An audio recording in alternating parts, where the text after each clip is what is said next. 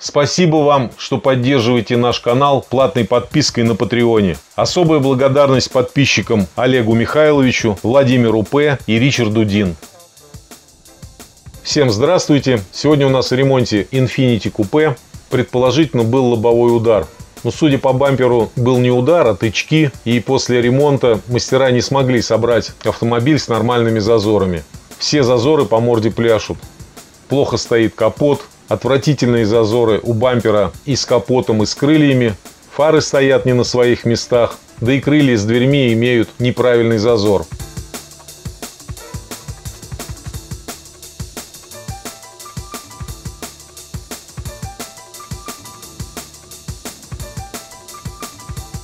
Это наш постоянный клиент. Мы уже делали ему крупный ремонт мультивана. Кто не видел, обязательно посмотрите.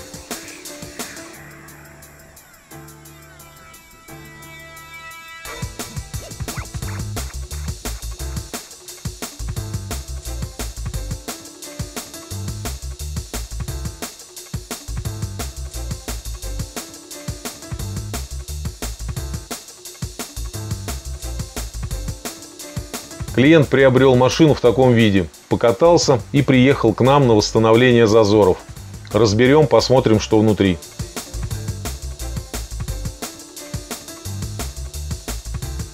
Сняли бампер, обе фары. Ничего критичного здесь не заметили. Небольшая ржавчинка в некоторых местах. Поотлетела краска. Ржавчину подчистим, перекроем. А это обломанный кронштейн телевизора, на который крепится фара, крыло и кронштейн бампера. Так он выглядит целиковый с левой стороны. Варить этот пластик мы не будем, он какой-то чудной. Скорее всего, кронштейн сюда изготовим металлический.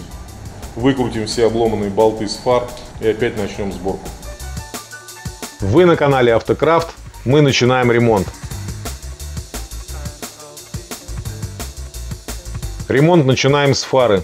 Откручиваем кронштейн с обломком болта, прогреваем, выкручиваем огрызок обломанный, прогоняем резьбу, зачищаем кронштейн, подкрашиваем и устанавливаем на фару.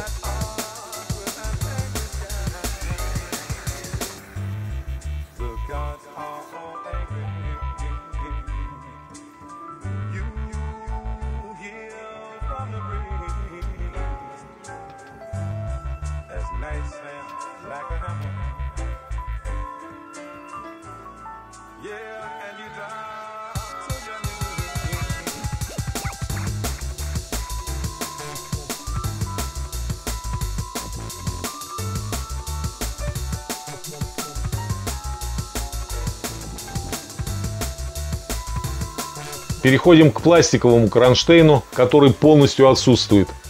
Полосками пластика восстанавливаем кронштейн.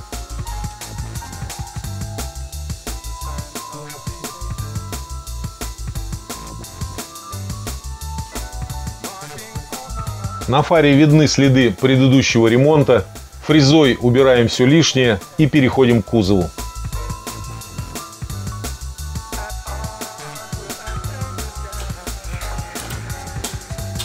Приклепываем к телевизору недостающий кронштейн и начинаем первую сборку.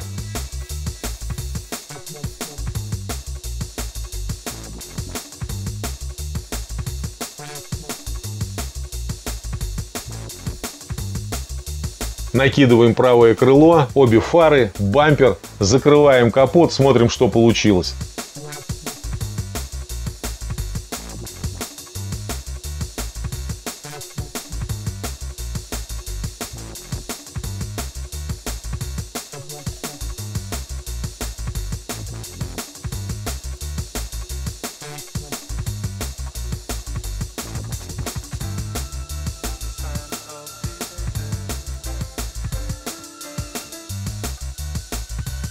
По бамперу видно, что опущена правая сторона. Снимаем бампер, приподнимаем правую сторону усилителя бампера.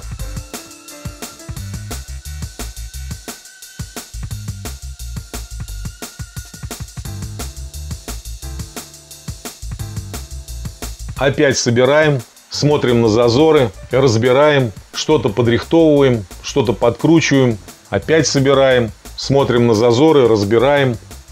Только так можно достигнуть нужного результата.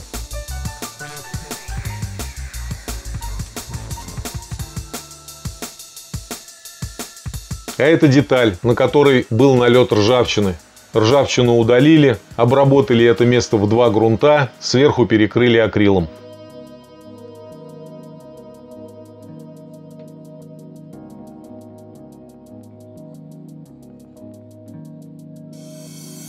Много пришлось помучиться с этим бампером, чтобы выставить его в зазоры.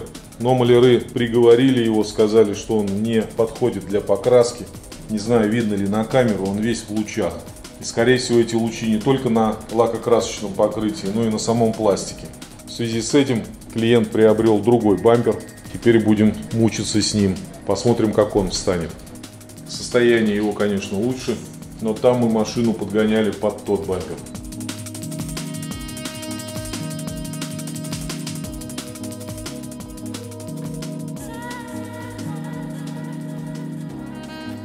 Снимаем старый бампер, накидываем новый, фиксируем его.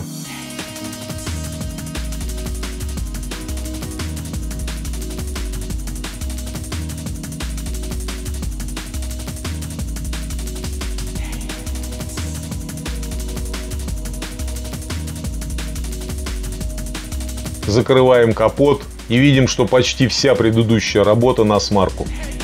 Вот так у нас стал доновский бампер. Совсем не так, как стоял предыдущий. В этом месте бампер и капот в одной плоскости. С правой стороны капот приподнят над бампером.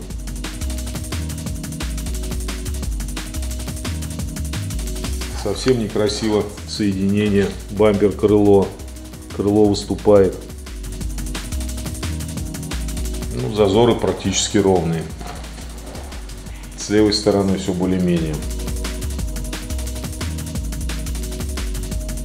Будем снимать бампер, пытаться выставить зазоры, сделать их ровными. Снимаем бампер, откручиваем, подкручиваем, ставим бампер, закрываем капот, смотрим зазоры, снимаем бампер, что-то подрихтовываем, ставим бампер, закрываем капот, смотрим зазоры, снимаем бампер. День сурка.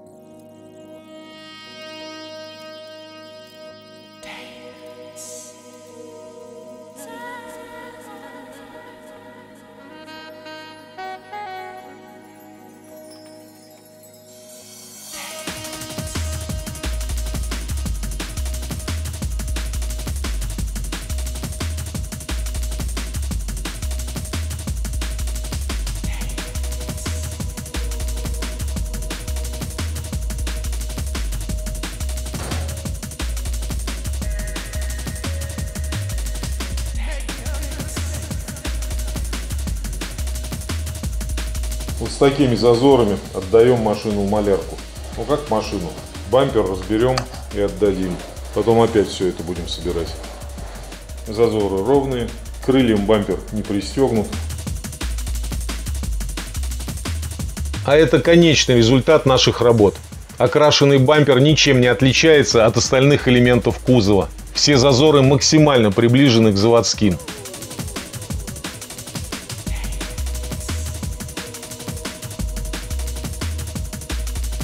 Весь ремонт вместе с окраской бампера занял 5 дней.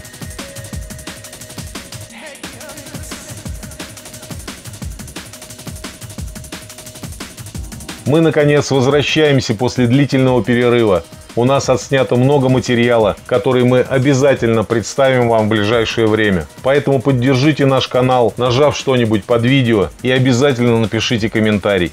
Мы переходим к следующему автомобилю. До новых встреч!